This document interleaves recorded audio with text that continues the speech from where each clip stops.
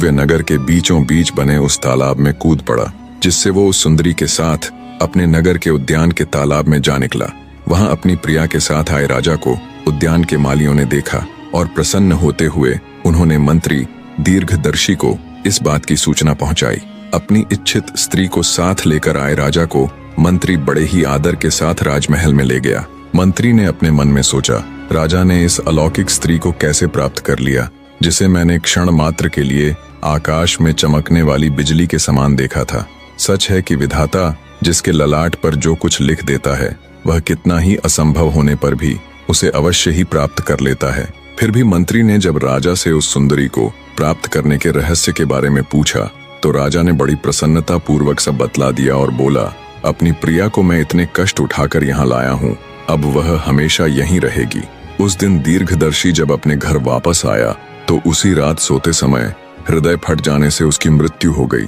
इतनी कथा सुनाकर चौथा दरवाजा बोला, बताओ लड़की, राजा यशकेतु का उद्धार होने पर भी उसके महामंत्री दीर्घदर्शी का हृदय क्यों विदीर्ण हो गया? क्या उसका हृदय इस शोक से फट गया कि उसे वह अलौकिक स्त्री नहीं मिल सकी, या फिर वह राज्य की इच्छा रखता था और राजा के वापस लौट आने का दुख उससे बर्दाश्त ना हुआ? अत्यंत विडंबना भरे इस प्रश्न का बड़े ही सहज भाव से उत्तर देते हुए विभित्सना बोली, हे दरवाजे, उत्तम चरित्र वाले उस मंत्री श्रेष्ठ के लिए इन दोनों में से कोई भी बात उचित नहीं जान पड़ती।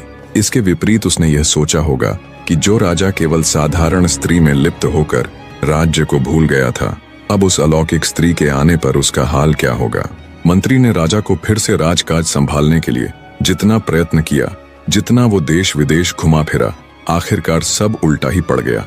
विभित्सना के जवाब को सुन चौथा दरवाजा बोला, मान गए लड़की, वाकई में तुम्हारा जवाब नहीं। इस जवाब के साथ चौथा दरवाजा भी खुल चुका था। अब उस दुष्ट दैत्य त्रैलोक्यसुर के अंत के बीच सिर्फ 3 दरवाजे खड़े थे। विभित्सना आत्मविश्वास के साथ उत्सुकतावश 5वें दरवाजे के पास जा पहुंची। 5वां दरवाजा एक अदम्य सी लड़की को यहाँ तक पहुंचा देख आश्चर्यचकित था। प्रारंभिक वार्ता के बाद 5वां दरवाजा भी विभित्सना को अपनी गुत्थी रूपी कहानी सुनाना प्रारंभ करता है। एक राजा की 3 पत्नियां थीं। तीनों ही